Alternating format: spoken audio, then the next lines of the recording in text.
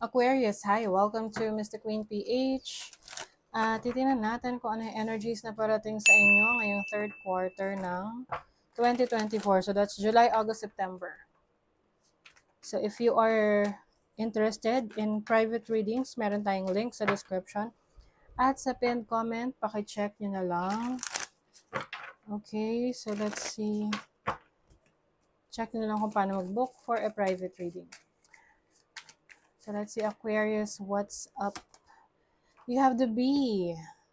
You're going to be very busy. Busy, yes. Oo, mas focus kayo ngayon. Yung talagang ang sipag nyo na gagawin nyo talaga lahat para makuha yung goal ninyo.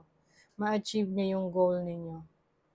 And dahil dyan, ang trajectory nyo ngayon papunta sa success.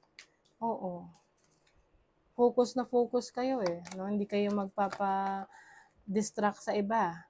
You also have energy ng elephant, which is about being majestic. So, yung iba sa inyo, you will focus on taking care of yourself. Maaring yung styling ninyo, babaguhin nyo for the better, i-improve nyo ang inyong sarili. Pwedeng sa physical appearance or the way you carry yourself. No? So, it's totally going to be more upgraded, kumbaga. Mas regal, mas presentable. Let's see what else. You have Thunderbolt. So, this is about being open-minded, no? Marami kang mga ideas ngayon na kino-consider. Pwedeng ideas sa bagong business, bagong career, projects mo, relationship.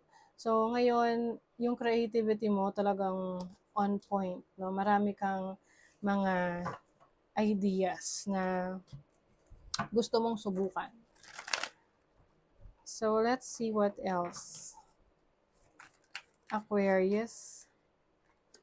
You have the Four of Swords. Pagpapahinga. Oo, kasi busy rin kayo. So, pay attention to your health, Aquarius. Okay?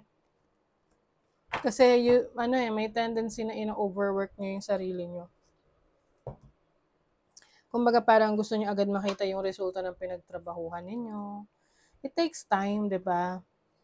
Kumbaga, lalo na if it's a long-term project, it takes time. Kailangan mo ng patience, yan. Patience para makita mo yung resulta na gusto mo. And some of you are also, multitasking. So, pwedeng marami kayo ngayong tatrabahuhin.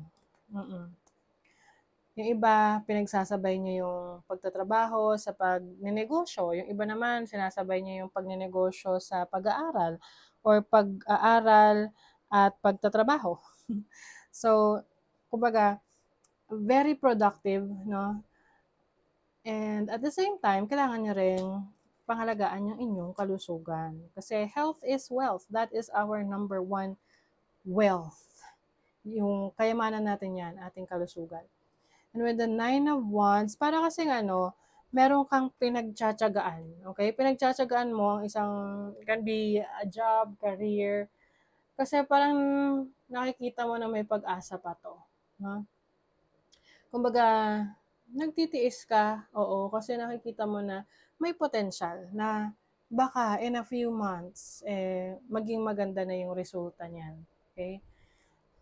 So, let's see your money, career, finances. Uy, Nine of Pentacles. Financial stability. The Knight of Vessels. So, some of you maaring may job offers or opportunities na lalapit mismo sa'yo to collaborate, to work with them. So, if you are someone na self-employed, maraming darating na mga clients that will ask for your services. Kung ikaw naman ay may business, mas maraming mga customers, clients that are willing to pay for your products, for your goods, for your services, no? So, maaring isa rin to sa kino-consider ninyo ngayon, yung magkaroon ng sarili nyong negosyo, kung kayo ay ngayon ay employed. Maari rin kasi gusto niyo pang mas magpalawak ng inyong income. Oo, kasi obvious naman, no? Sa pagiging empleyado, very limited lang yung pwede nating income dyan. Unlike pag ikay nagninegosyo, siya, unlimited, no? Depende na sa efforts mo, 'di ba, na ibibigay. Believe in the impossible daw. So you are very hopeful sa iyong mga plans. Yes, and I think ngayong third quarter, mas pinapalawak mo yung network mo, yung connection mo, yung mga taong gusto mong maging part ng career, ng business mo. Oo, importante kasi na meron kang exposure. Lalo na kung if you are in a business or meron kang services na ino-offer, kailangan malaman ng tao ano yung business mo. 'Di ba? Merong blockages dito. Okay? So I think this is just temporary. I think ito yung gagawan mo ng paraan para maayos na kumbaga matanggal yung blockages na yan. Okay? So you are really working on your career right now. And rest assured na magiging successful naman yan. Okay? So sa relationship, you have the sun. This is happiness, confidence. Oh, you have the chariot. Some of you, may mga travel opportunities kayo with your person. May 7 of Swords. Bakit may 7 of Swords dito? Sa totoo lang, ayoko nakikita yung 7 of Swords. Kasi it's somehow questionable in a relationship, no? Kasi that is like parang may itinatago. But I think this is something na surprise para sa'yo. Baka yung person mo may surprise sa'yo. O kaya ikaw magsusurprise sa person mo. Kaya parang magiging exciting yung relationship ninyo. I think itong surprise na to can be a gift, no? Regalo. Pwedeng iba sa inyo, susurprise kayo ng sasakyan. Oo. Hindi mo akalain, may regaluhan ka ng sasakyan. Totoo yan. I mean, na-experience ko yan. So, oh, wow, satisfaction. Balance, wow. So, pagdating sa relationship, maaring meron mang itinatago sa'yo yung person mo, pero for a good reason. Maganda yung dahilan niya kung bakit niya tinatago yan. Pwedeng may mga plano siya ngayon para sa relationship nyo, para mas lalo kayong mag-grow, para mas lalo kayong maging successful together.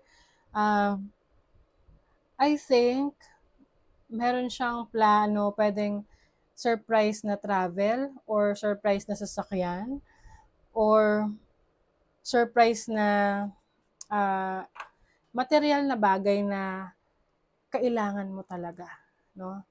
Oo, napaka sweet niya ng person mo. Kasi siya parang very thoughtful na alam niya kung ano yung needs mo.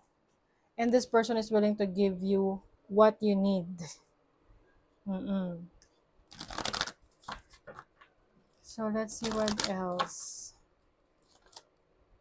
Grounding, ground your energies and emotions deep into the earth.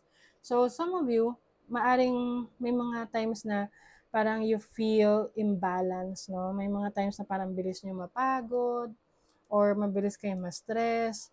So this is a reminder sa inyo na huwag nyo kalimutang mag-ground. Huwag nyo kalimutan na mag-distress. Magtanggal ng mga negative energies around you. Paano bang gagawin yon? E di magpaspa ka, no? Mag-relax. Anything relaxing for you, you can do that para ma-release ang negative energies. Alam mo yung paglalakad-lakad, ganyan. So, punta kayo sa park, tumapak kayo sa lupa, kumbaga barefoot, and magstay kayo dyan, kahit mga 10 minutes, no? And feel the sun. Lalo na yung maagang sikat ng araw. Wag na yung lagpas na ng 9 o'clock. Dapat mga 7 to 8 lang. Kasi maganda pa, very energizing yung energy ng sun. And that is also your way of cleansing, no? Yung sunbathing in the morning. Okay? So ground your energies and emotions deep into earth. So there you go. That is your reading, Aquarius. Thank you so much. Bye.